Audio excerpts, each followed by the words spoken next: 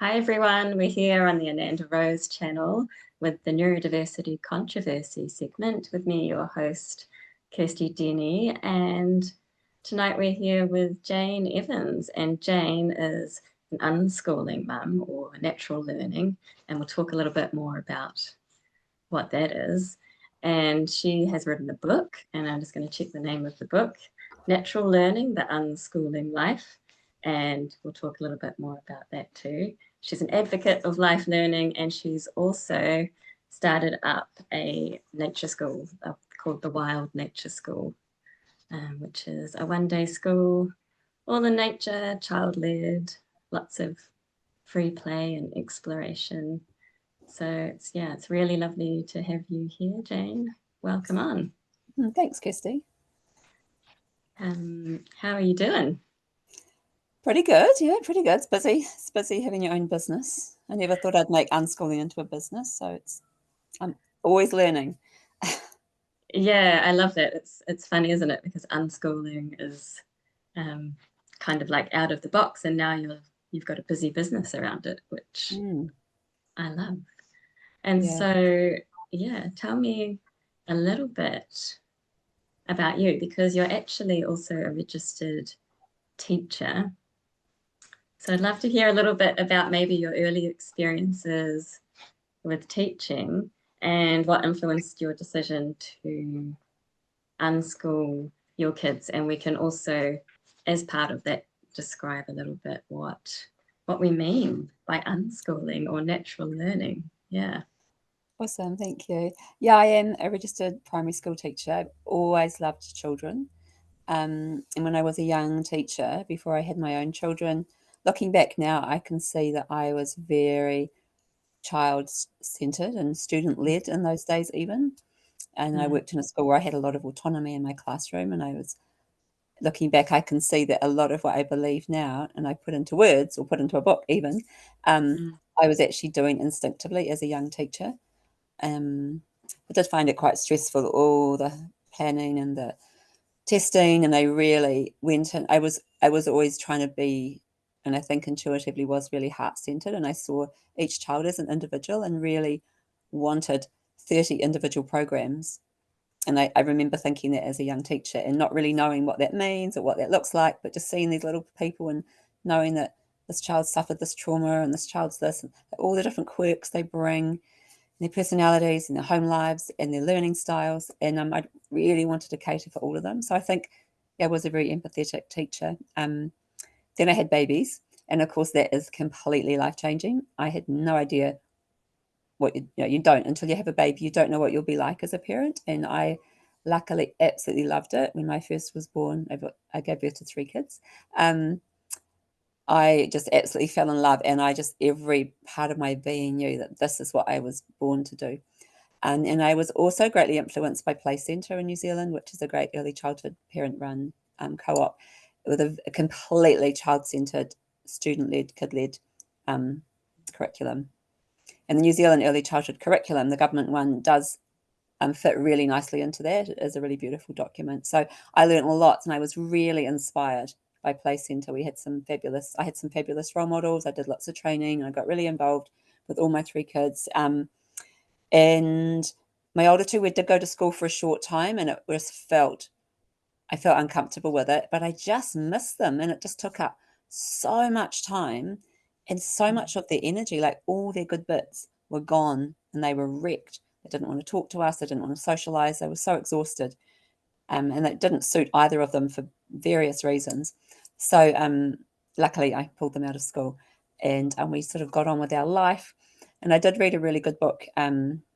Oh my gosh, I've completely forgotten it now, but I'll find it and we'll put it in the comments below, which inspired me right at the beginning of John our friendship. Holt or one of these. Oh, it wasn't actually. No, it was it was Free Range Learning. Oh yeah. Book. And it's just stories from parents who unschool, who do natural life learning. And I just read it all in one night, and I just knew in my heart, I was like, oh yeah, this is me. Cool. So what we did really was like Play Centre, but we just did it at home. And then we found our beautiful homeschool community, and really the rest is history. I jumped straight into unschooling because I just knew it fitted really well. And really my kids, play centre was a big influence, but my own kids were my biggest teachers, and they were the ones that soothed any wobbles or worries. I'd be thinking, oh, they're not doing enough of this or doing enough of that, and are they going to be okay? And then you turn around and the boys are literally doing sort of maths without knowing it as part of their game. And I'd be like, oh yeah, great, thanks. Sure, they'll be fine. So yeah, they just showed me again and again. So very, very quickly I gained complete confidence in unschooling, which is such a terrible term because it doesn't really tell you anything, and it's it's not anti-school, but it is child-led learning and I did that fully. And the thing about unschooling is it really flows into the rest of your life. So it's not about the learning, because kids are learning all the time, all the time. So then it flows into bedtimes and what they eat and how they spend their spare time and how you manage your family and your household. So you become much more democratic and you really see your kids, well, I did, as people. And that's one of my little catchphrases is children are people too. And I think just respectfully parenting is one of the best things we can do for all of humanity. It's literally will change the world. And it's unfortunately parenting's not really given the kudos or the value that it deserves, and it's so important. So for me, being around all these other amazing parents who parented respectfully, we all spoke to our children in a similar way, we could be part of this big tribe, this big community, and we did lots of cool things together for years and years. And they're really the people that we raised our kids together, and we had this golden era, and it was so liberating and life-changing to be in that kind of community where I trusted dozens of other parents to help me raise my kids, because I could see that they were super respectful and would meet my kids where they are and treat them with respect. And that was really I think you need that if you're going to homeschool in any way. Just having that community was absolutely gold. So that story was I guess people always say, one of the things people often say is, oh, but you're a teacher, and their dad's a teacher too. He still is. But you're a teacher, you know what to do.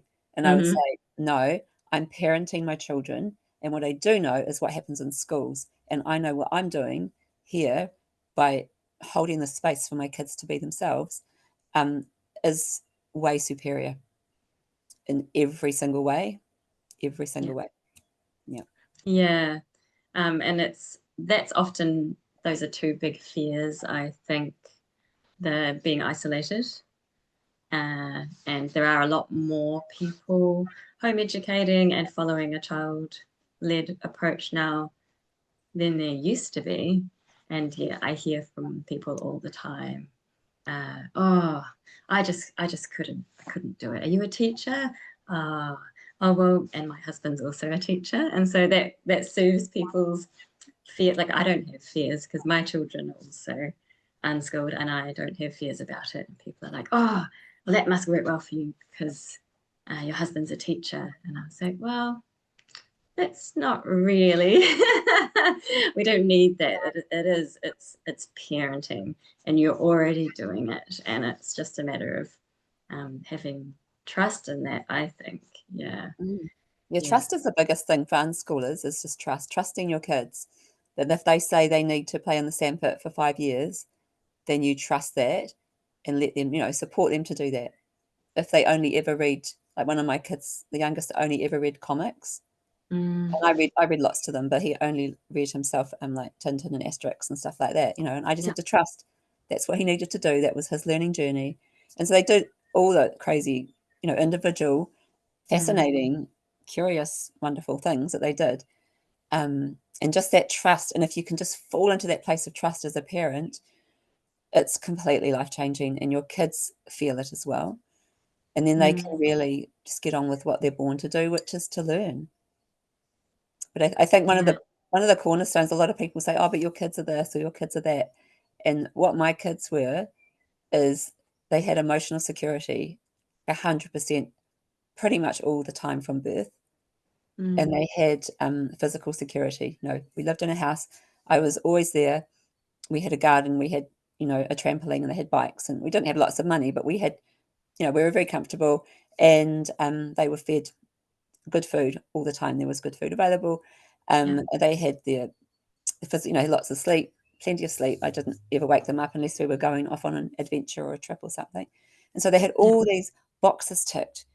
Their emotional, physical, social, mental well-being was just all operating at peak. And I think when that is happening for a person of any age, then you can really get into your genius zone and be who you were born to be, your beautiful, quirky, creative, wonderful self. But if you are hungry or scared or feeling emotionally upset or physically, exhausted or sick in some way, of course you can't. You're back in survival mode, fight or flight. So that's how I really see that. And I think that goes for all people and all kids, that there's so many kids with anxiety or suffering trauma or hungry or have other big, or even like your friends have just had a big fight before school. So you're emotionally dysregulated. Of course you're not going to want to sit and do a spelling test. Like this is not the time. This is a human being who is, we're ruled by our emotions, and it overrides everything, and that becomes what's on top. So you deal with that first, and then when you've ticked all the boxes and all your those things are in place, the 4 walls, like in New Zealand we call it te whare tapawha, which is a model that was drawn up a few decades ago, and it makes so much sense to me, and that's what I see in my kids. It's not that I think everyone has the potential to be a genius or is a genius, but it's just having all those boxes ticked so they can actually operate in their genius zone, whatever that is. Yeah, totally. And so I just want to circle back a bit for people who have no idea really, other than what we've just discussed, about what unschooling or natural learning is. So we have touched on that, it's child-led, it's trusting their process.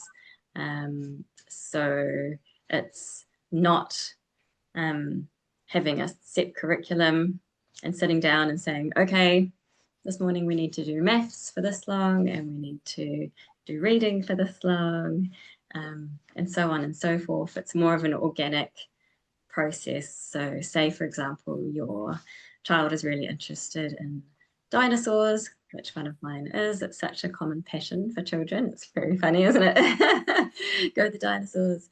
And so that when they're learning about dinosaurs or whatever it is, because they have such strong intrinsic motivation, because all children are curious naturally, especially when they're not afraid of judgment about what's right or wrong, then they will begin to learn all sorts of things in the process of their natural journey of discovery. And that will include, at some stage or other, those basic things like learning their numbers, learning to read and write. And what I would say is that it can happen very spontaneously. And sometimes you might have a child who has dyslexia or something like that. And so at some point when they're showing an interest in reading or writing, but maybe they're struggling a bit, then you may assist them. And so having this kind of natural learning approach doesn't mean that you never help your children, doesn't mean that you don't scaffold them when appropriate.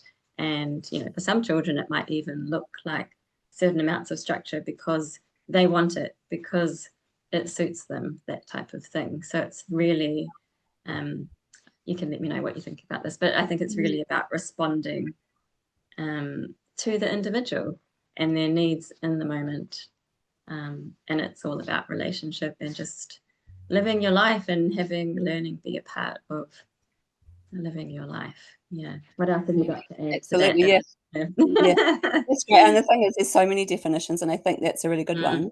I think it's so hard for people to get their heads around when we come from a school society that a lot of people cannot grasp the idea that a child can learn from playing or from chatting to mum or dad or from working on the farm or whatever they're doing. They're like, you have to have bookwork. It has to come from an adult, that children are not capable learners.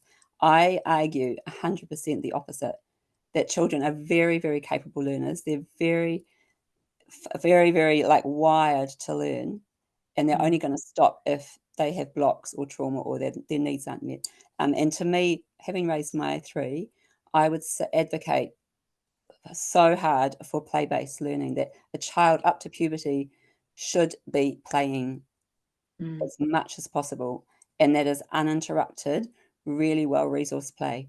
And so I always saw my job as feeding them and meeting their needs. And I went overboard with kindness. I would, if they were in a game, I would often just deliver trays of food, just poke it into the game on the floor, and they wouldn't even notice that. They would just be like so in the zone. And I would read to them a lot because I really believe in reading. That's something I value. And I would resource them quickly and respectfully. So if they're like, Mum, I need a litre of vinegar, I'd be like, right, yep, here you go, boom. Mum, I need a glue gun. Mum, I need some string. Oh, I haven't got any super glue. I'm like, okay, these are the options. We could ask the neighbours. You could go into the dairy and get some, or we could wait till Friday when we go to town. What do you want to do? Not just no. So I tried to never really say no, which I know that can sound really, really permissive to a lot of people. But I found with my kids, it was not, it was the opposite. They were very respectful to me because I was so completely respectful. I took their play really seriously. And so if they had put string all over the lounge and they said it has to stay there for the week, we would spend the week ducking and diving through these bits of string because they were set up like laser lights or whatever it was like. And it was like, okay. And then you talk about it if it's a problem or, like respecting, that is their work. I really see play as a kid's work. So what does unschooling look like? Just looks like what you do in the school holidays, hopefully, or weekends. And it also looks like completely different things because it's really going to come from a family's culture, your own family culture you have. And I certainly saw my role as being a needs meter, but also like to show them the world. So you're talking about dyslexia. So just saying, well, this is a thing. Maybe you've got this. Do you want to do a test for it? And also, this is what it means, and this is how it would be to operate in the world. And perhaps by the time you're a teenager, they might be more interested or concerned about it. And then just giving them the options and offering to support them in whatever it is. And that I remember saying that to my middle son when he went to Scouts from Cubs, and the Scout leader said, "Oh, you need to bring a notebook because we're going to write down notes for next week." And I just said to him, so these kids have all been writing every day for 5 years. They've been writing what I did in the weekend and blah, blah, blah. And they said, they will look at your handwriting and think it's like that of a 5-year-old's, and you might get teased for that. I'm just giving you a heads up. So if you want to do some more writing practice, you can. And he was like, that's okay. I'll just ask the leader to write in the notebook. And he did get teased a little bit, but because he's a really good leader and very personable and loved Scouts, he just was Mr. Scouting. He sort of had his mana through that, so he didn't phase him. But I think just being really honest with them and saying, well, this is actually the situation you're going into, and people will judge you because of this one school, but far out, your other skills are like decades ahead of their knowledge. So yeah, it's a very free and beautiful life for most unschoolers. It can cause stress when you bang up against perhaps family members who are in the mainstream, and a lot of people get really stressed about that because they've got a grandparent or an auntie or uncle or something really putting the pressure on, and that's why I think it's important to have those communities of like-minded people where you have 9, 10, 11-year-olds that can't read or write properly, because like you say, Kirsty, it can just happen, bang, overnight. And I have just got, my book is full of examples of this where as a teacher, I can I looked at their play and went, that's a 3-week physics unit or maths unit my boys are just doing in their pajamas before breakfast. Sweet. And what I found my kids did, they would do something really intensely, and then in maybe a few weeks later, there might be one question, just like clarifying it, and just a verbal question, and I'd like, yep, or no, whatever, and that would be it. They would never mention or need to learn about that thing again, but it was really solidly embodied in them. And because they did it, like you say, intrinsically motivated. They didn't know they were doing maths. They were just playing this game, which involved mathematical, bits of mathematical whatever. Yeah. So yeah, it can look like anything and everything. And that's kind of exciting, But that play, I'm so passionate about the play-based, and I think I just want to say to parents, just don't worry, just let them play and resource them, including spelling and reading. And I remember times when I'd get a call from the kitchen, Mum, how do you spell treasure map? Because they're all in boats. And I'm just like, spell it out. None of this like, well, what does it start with? how does it sound to they're in the middle of being pirates, like they don't want a spelling lesson. If they came to me and said, I want to learn how to spell, that's different. But they're like, we're writing a treasure map right now, we need to know how to spell it. And so I would always be really respectful about that and just resource them as much as possible in any way I could, and blown away by their games constantly.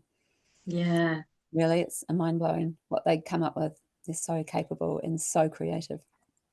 Yeah, I love that. There's a lot of, that's what I find, there's a lot of emphasis on communication and problem solving and creative problem solving. And people ask me quite often, like, what does your day look like? And they really expect me to be like, okay, so at 9 o'clock we do this, and at 10 o'clock we do this. And I'm like, well, they spend a lot of time really playing. We have a few kind of set activities we do during the week because they love them. They go to their drama class and they go to their horse riding and this and that, and they just play. And it's really fascinating to see the things they come up with. And it's not a judgment, but I do notice a contrast with a lot of kids who are in full-time school. My kids are so good at entertaining themselves. They're not like, what's happening next? What's happening next? And that's not because these children who have a tight schedule lack imagination or intelligence or anything like that. It's because they're used to the structure. And so I know, like, a lot of there's probably a high proportion of kids who are kind of neurodivergent, quirky, whatever you want to call it, who are homeschooled and unschooled. And I think there's probably, a range of reasons for that, including that, perhaps the parents themselves are out of the box thinkers and they're like, yeah, we're going to do it this way. I can see that's going to work for you. That was the case for us. I kind of knew early on that that's the way I wanted to go. And then there's also a lot of families who try school and it's an utter train wreck for their child. And so then they reconsider and they take their kids out and they kind of have to go through this process of deprogramming. People sometimes call it deschooling. It's like you've been in the system and you've been doing it this way. And the kid just needs to come out and do nothing for a while. And it might take them a little bit of time to kind of re-find that spark, that intrinsic motivation. But it will be there. And I think sometimes that scares people. I've taken my kid out of school and now they just want to do nothing all day. It's like, well, that will change. That will change. Yeah, that deschooling is quite a thing. There used to be an algorithm, like for every year of school, you'd need a month of deschooling. But I mean, I think it's just, there's so many things that are ingrained at school. And school is about being obedient. That's really well praised and rewarded, obedience and obedience to adults. So there's a lot of things to undo. And I know, I just wanted to go back to what you were saying about the way the kids play. And that was really noticeable in our family as well, that my kids did one thing for 12-hour days, often for months at a time, like really deeply into one big thing. And it might spiral out and have little trajectories and bits, but they didn't stop every 15 to 45 minutes like they do at school and swap to the next thing and swap to the next thing. And so when kids that went to school would come and play, every 15, 30 minutes, they would be saying, what are we going to do now? What are we going to do now? And my kids were just like, what? Like, we've been doing this for 4 weeks and it's who knows where the end is. Like, so yeah, that was always so interesting. And I'm like, you say it's just a system. It's what they've been trained into doing. And that's how the system works. And maybe it would work to have classes where you can do a whole day of art and do a whole day of science and it's just different ways, but it's quite a busy frenetic system. And having, as a teacher, I'm back doing a little bit of teaching, and does seem that they're pushing more and more things into the day and into the curriculum. So it's even busier, and it's this constant swapping, stop, sign up, sit down, other book out, like changing, which is a different way to completely different to how my kids naturally chose to structure their days and their weeks and their months. Yeah. And the other thing I was going to add just before we go on to the neurodiversity was about how learning looks, and yes, play. But the other two things that happened a lot in our family was conversations, long rambling conversations. How does a mortgage work? You know, why did this happen in history? What's, you know, who built the wall of China, or why did they invade Tibet? Or it's random things that have come up in, I don't even know where books may be. And thinking, and my kids actively took thinking time. And that blew me away, because I was, as a teacher at the beginning, going, oh my gosh, you're not doing anything. You're not being productive. You're not being creative. Could you at least draw a picture? Could you? And then getting them to tell me only once, because then I backed off what they were thinking about, and I was just blew me away. And seeing now, I've got the benefit of hindsight that my kids have grown up.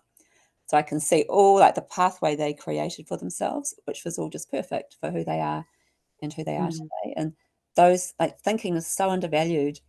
It's not even a thing. Like, there's no time or space to think.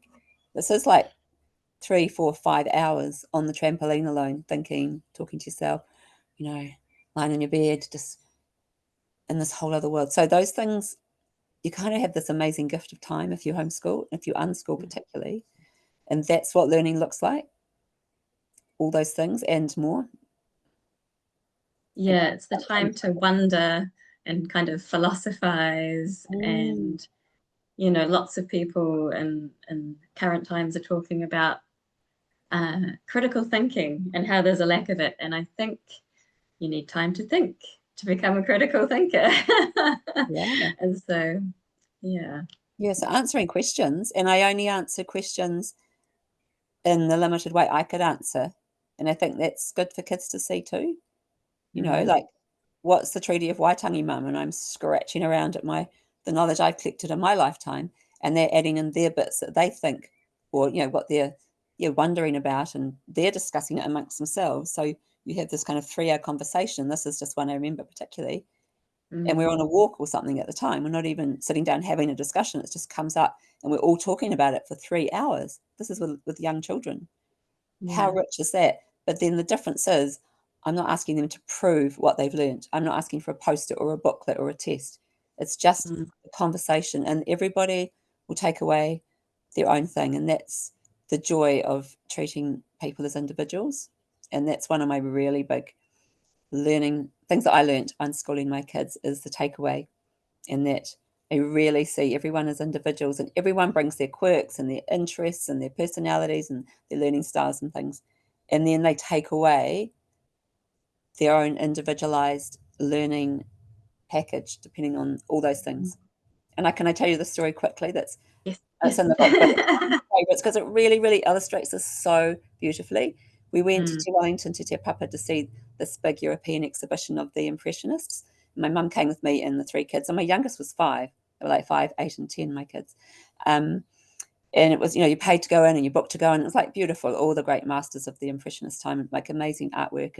And my youngest, I sort of walked around my youngest, and my mum walked around my daughter. And then my middle son, who's 8, his whole journey was survival, bushcraft, army, all that stuff. He loved that stuff, security stuff. Anyway, we went out after the exhibition, and his eyes, my middle one, were just like glowing. And we were like, oh, that was great, wasn't it? And what was your favorite picture? And he was like, Mum, do you know there are 3 security guards, and this is their rotation, and they go around here, and there's 6 security cameras. And, you know, if you wanted to steal a painting, and he just talked like for 30 minutes, and we were all just like, wow. But he was on fire. And I was like, that passion in his eyes, that is what you're going for. If your child does not have that about what they're doing, you're doing something wrong. Like, you want this, like, he was just on fire. So had he been given a checklist on a spreadsheet, we are actually all going to learn the same thing. You've got to have the same takeaway as me, and that is the names of the paintings and the painters and the whatever, you know.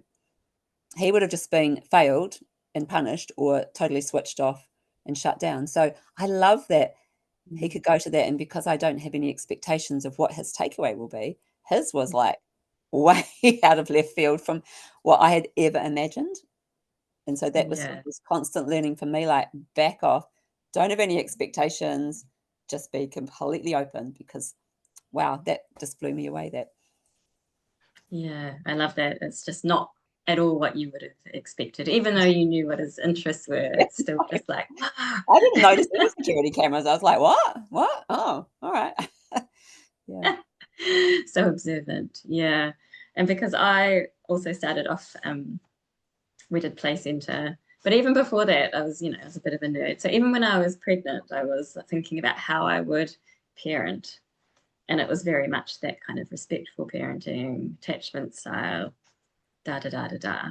And so then naturally I was like, ooh, okay, how interesting that when I think about school, it seems like exactly the opposite of everything that I think I want to cultivate in my child that's not even born yet.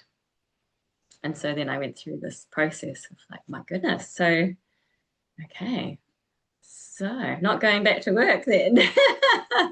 I didn't tell my husband straight away. And I did some research as well on kind of alternative schools and, the Sudbury system and democratic schools. And then I looked and I was like, well, that doesn't seem to really particularly exist in New Zealand. So yeah, and it was all about this feeling of wanting to maintain that intrinsic curiosity and spark and joy, which is what you're talking about with your son, just following the interests and yeah, So and you're that's right. how I we mean, learn as adults too, isn't it? When you exactly. why wouldn't we let our children do it? So Mm, we don't set ourselves up like, okay, I'm going to do this thing that I hate today. We do things for a purpose. Sometimes the purpose is just to earn money and we might do something we don't love for the money, but that's still a motivating factor. And then when we decide we want to learn something, it's because we're interested. And so mm. why on earth would we not think that actually that's going to suit children as well? And I Yeah. think too, we expect our kids to be experts at everything. Whereas Mm, my philosophy was showing them the world like a buffet, and you can have your own takeaways, like the museum thing. And but I think the school system wants you to be an expert. And then when I talking to parents, I'm like, okay, so you can all build a house. You've all written books, great. You can all do your own books, your account. You can all build a rocket. And they were like, what? And I'm like, oh, no, you can't all do those things. Oh, that's strange. You're not all poets.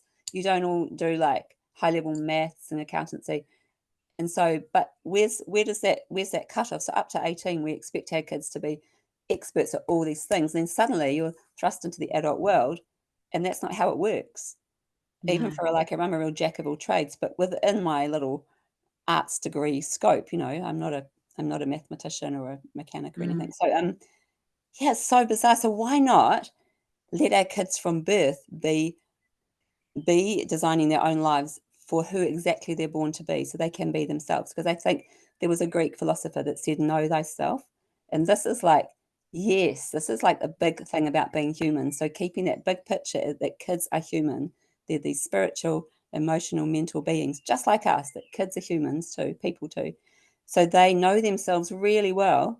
And instead of stripping that all away over 13 years and telling them they have to be somebody else and fit into certain boxes, why don't you just let them be themselves from birth? And then I've seen this with my kids and lots of friends' kids, their teen years are when they're going through all these big changes and they just morph into these beautiful adults very seamlessly because they're mm, being supported to just be themselves and seeing their play change around puberty and then what comes out of that and their curiosity and they're looking out into the world and they've got all this energy and zest for life. Like it's such an exciting time and there's all this amazing energy, but instead we crush it and they're expected to be sitting in schools doing all these exams for things they don't understand, they don't care about, they don't want to do. And imagine that energy we could have in the world if we let our kids be who they were born to be. And if they've mm, spent 15 years being that already, the time they get to 14, 15, 16, they're really solid in themselves. They expect to be treated with respect. They expect to be confident around all people from all walks of life and all ages, because that's what they've been doing for 15 years. And so this is what I've seen in lots of people too. It's just this seamless transition. There's not like people, so it always just astounds me. People say, well, how will they get on in the real world if they haven't been at school? And I'm like, they have been living in the real world since they were yeah. born. And I meet all these 18-year-olds coming out of 13 years of school who are completely lost and anxious and screwed up. And they're like, I need some years off to just recover and work out who I am. And I'm like, really? That's interesting. Yeah. Whereas, so yeah, I get very like about it because that's why I've seen such magic and beauty and joy with my own kids and what they're doing in their adult lives. So yeah, it's know thyself, and children and people too are just like, yeah, these are foundations of being human, happy humans. Yeah, and I think most of us can relate to that as adults, whether we, figure it out at 20, 30, 40, 50. Most of us have had this experience of realizing we spent a lot of time on things that weren't our passion, that we were ticking boxes and that we hadn't known who we were because we've been in this kind of construct of expectations and qualifications and so on and so forth. And so it's just a lot more efficient to more or less skip that phase and be like, yeah, I'm going to do what I want to do and I'm going to do it with passion. Yeah. How many 40-year-olds are trying to find themselves? And I'm like, kids, I just saved you a whole lot in counseling. You can thank me later. Like, yeah, I know. That's my philosophy anyway. I'm just, yeah, it's just, it seems so clear to me. And I think a big part of that is, I don't know if we're ready to talk about this, but I was going to talk about quirks and seeing children as individuals. Yeah. And I think I've always used the word quirks and individualness. And because with this philosophy and this way of life, you are really meeting each person where they are and supporting them where they are. And so their quirks are just delightful. That's just their personality and what they bring, like literally bring to the dinner table, but the things they're interested in and what they've been reading about or learning or playing or the people they've spoken to or what they're thinking about, what their questions are. And I just find it delightful that they're all so different and they're all just on their own little journeys or big journeys for them. And I have never used labels personally. I'm not a big fan of labels. I don't feel a need for it in my own life anyway. But I know things have changed a lot in the last 5-10 years maybe. And it does seem like a very different environment out there at the moment. Yeah. So things have changed a lot, I think, and it is really interesting what's been spoken about. It is so interesting, and I would say there's lots of positive things about this kind of neurodiversity movement, where people are finding out about their own quirks and the things that they struggle with and the things that would make life easier for them. And so I always say, people say, do you think it's good to get a diagnosis? And I was like, well, it depends what it means to you and how you're going to use it. Or if you want to give yourself a label and then you go and discover things about yourself that help you to live a better life, then that's great. But you might also find you can do that without a label or a diagnosis. It's coming back to know thyself. Yeah. And also, knowing your children. Because when you're with your children every day, you know all of these things about them. And you may or may not feel like you need to have that validated by an external party. Yeah. And celebrating. Sorry. Yeah. No, it's all right. Yeah. So my children, I would say from very early, I was like, wow, they're not kind of typical. They're a little bit out there, but not in a bad way. And then, for example, my firstborn, he was just always moving, constantly talking. And I'd already lent towards, this kind of natural learning path. But then it was so obvious to me that, from his nature, that school would just be a bit of a nightmare for him. Because it would always be like, okay, now sit still. Now stop talking. Now stop interrupting. Now this and this and that. And he also didn't learn to read or write early. And it was this very typical kind of unschooly pattern where he did a tiny bit when he was interested. And when he did, it didn't come easily. And then all of a sudden, somewhere around 10, I don't even remember the exact age, then he was reading Harry Potter front to back. And this kind of thing happens over and over. And the other thing with kids, whether or not they have some kind of diagnosis like ADHD or autism, when you have them in their own environment doing what works for them, of course that's going to be helpful if they feel anxious, or they're prone to meltdowns, or they get a little bit obsessive, or they have trouble with transitions, all of these types of things. Of course, it's so much easier when you can respond to the individual and create an environment and a lifestyle that is best suited to them, so that they can gradually learn and develop at their own speed without thinking, oh my gosh, what is wrong with me? Oh, I'm so stressed. I'm under so much pressure. I'm comparing myself to those other children who already do X, Y, and Z. So that comparison thing and all of the pressures, it's kind of obvious that it's going to be, a recipe for major, major stress for these types of children. Yeah.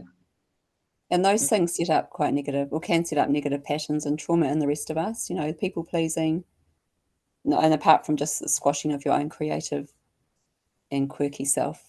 I was in a school today and it was actually really beautiful. They had a really good chat to the teacher and to some of the other staff about they're very inclusive and very kind, and the kids who are on the spectrum or in high individual needs are just really allowed to choose and have time out, and they've got it's really, really beautiful.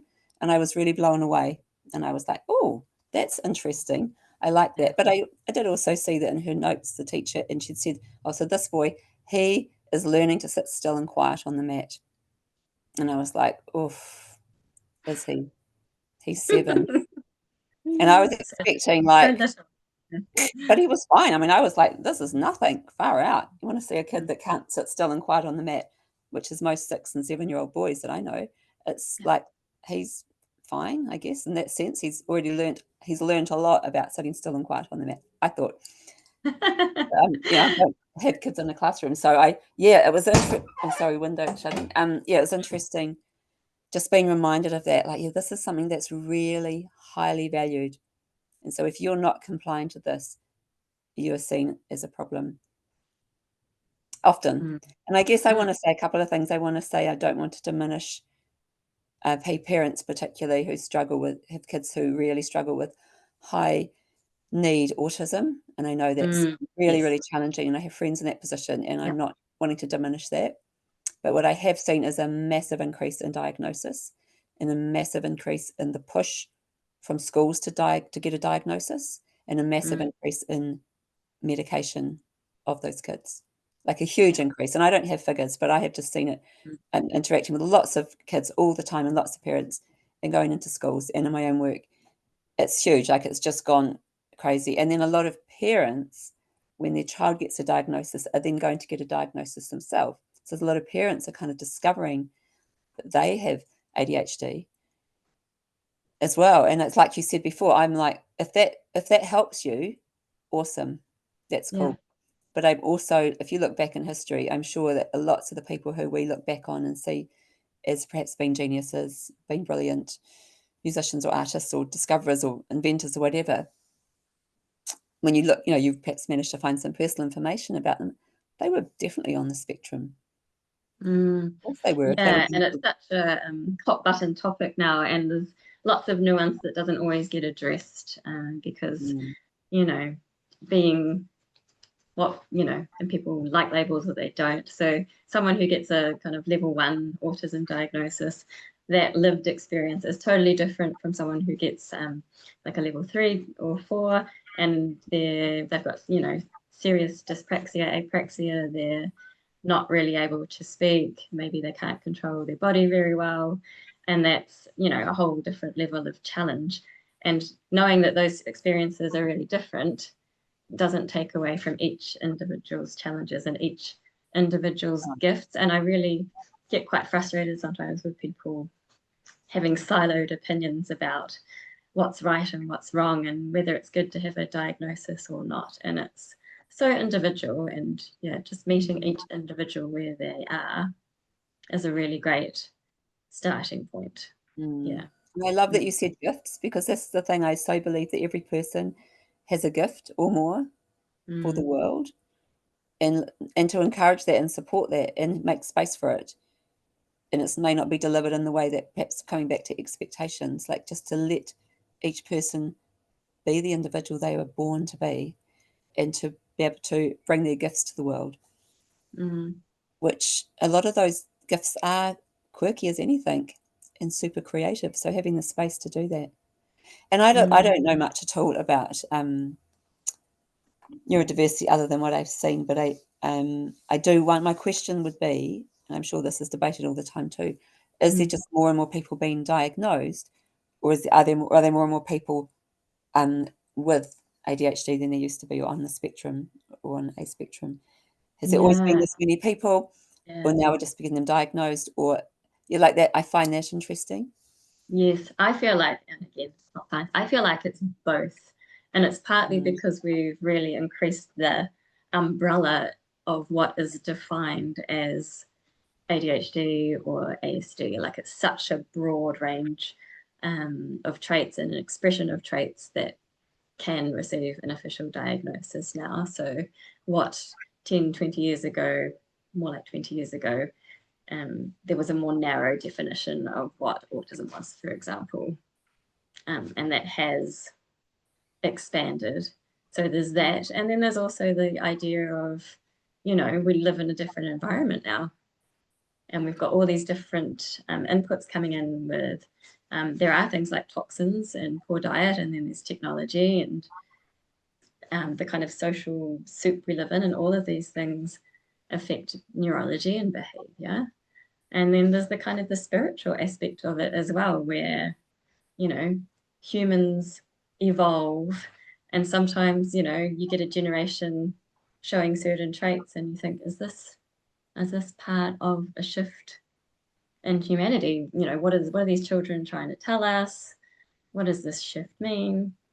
And now we have this kind of trend at the moment of lots of children who are really demand avoidant, and as in they don't like being told what to do, and that can be incredibly challenging to parent.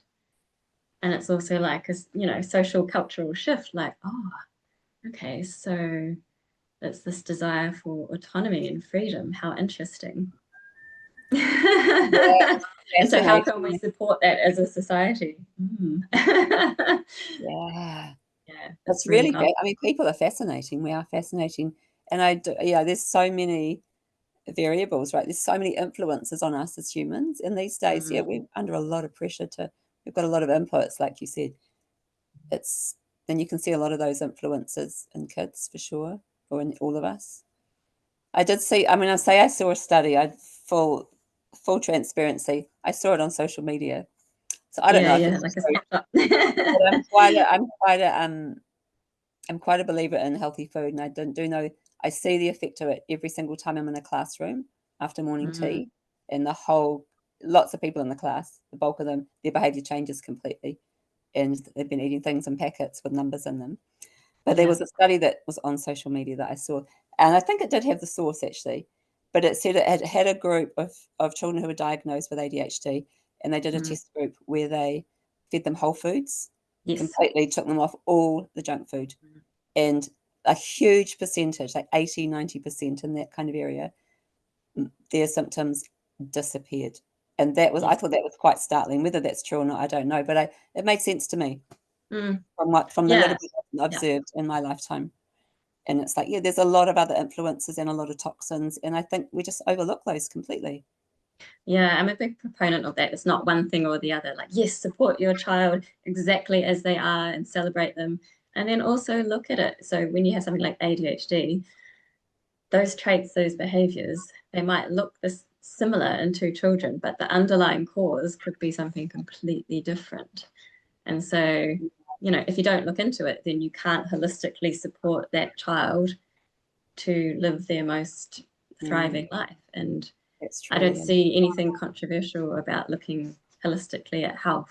And sometimes people are Mm, like, oh, that's just the way my kid is. And I'm like, super anxious and OCD is just the way they are. I mean, they might have some tendencies, but would it also not be good to look at whether some things might help them feel better.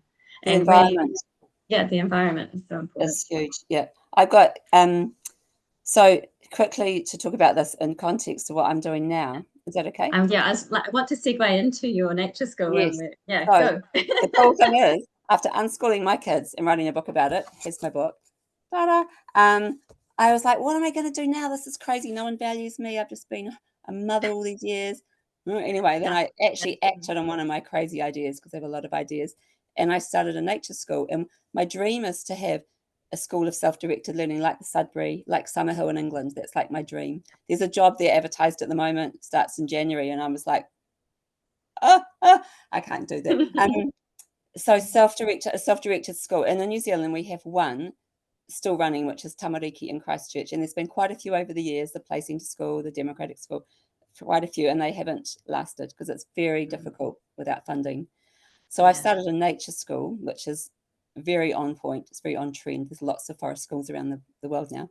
And it's super cool. And one of my days is in a hall in the town, and the other days are out in the forest, and I have a kindy day, and it's a one-day school model. So there's a lot of homeschoolers, and then I have another day, which is for school kids to come out one day a week.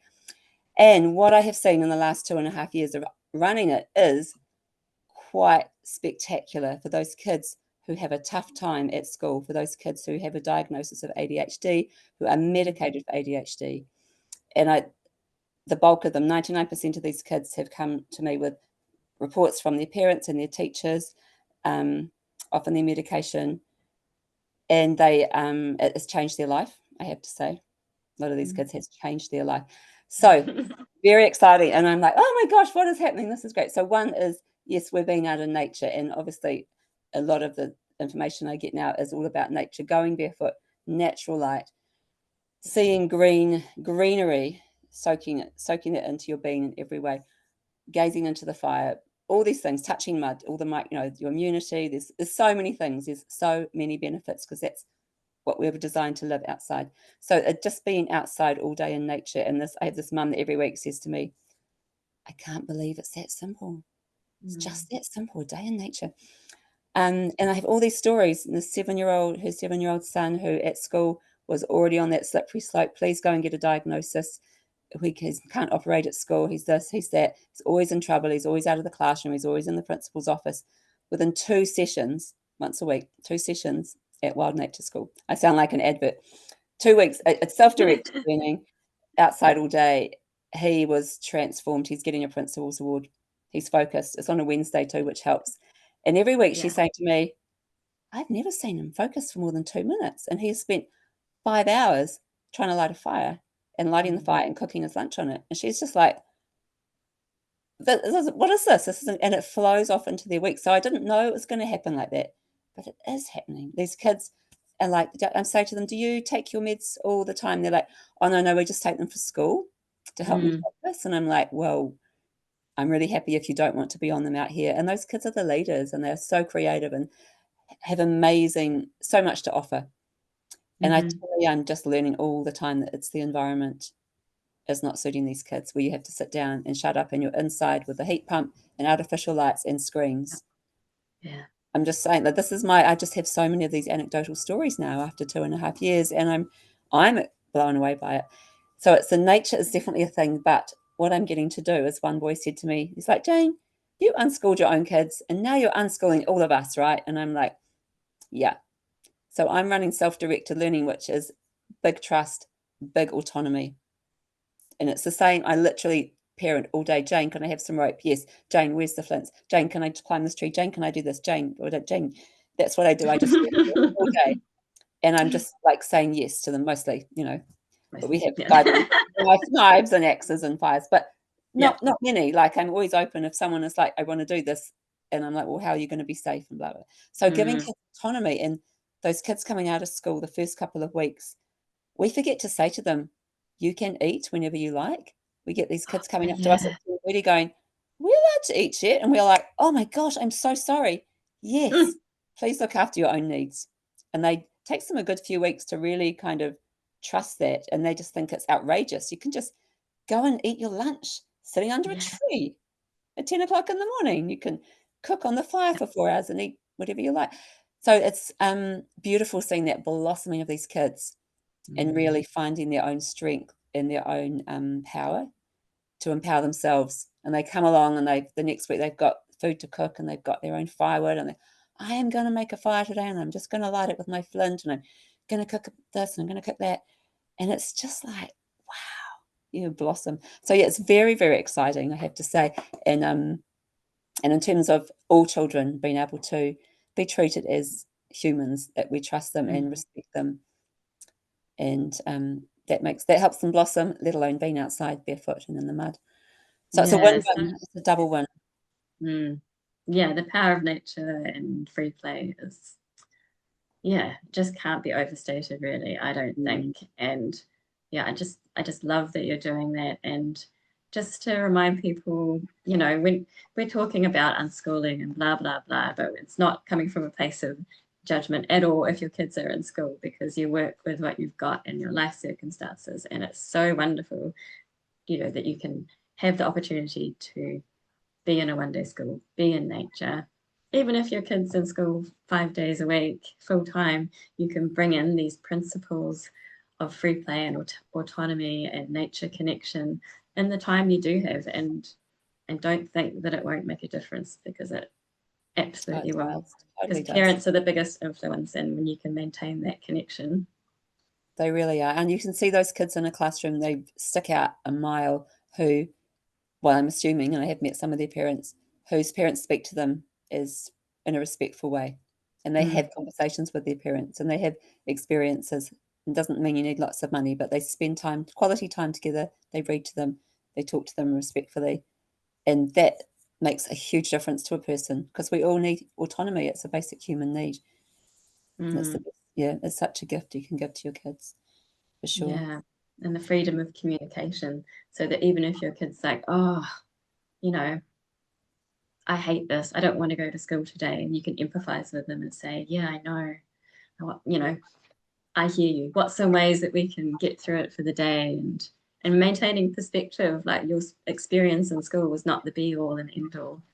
You're going to come out of it and be able to do whatever you want. And so that maintenance of that perspective and the openness is, it's a big deal. It does take time. It takes time for everyone, but it also amazes me how quickly kids drop back into that, because they hopefully have it up to age 5, and then before they start school, that beautiful play. And I think they often do see it quite quickly. They kind of read the room, read the forest, and are like, all right, okay, I got this, and let's go. And it's so exciting to see.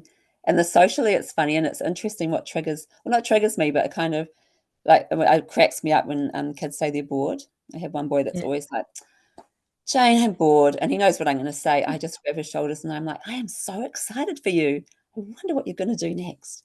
And he's like, oh, he wants me to hand it to him on the plate. And I'm like, oh, so good.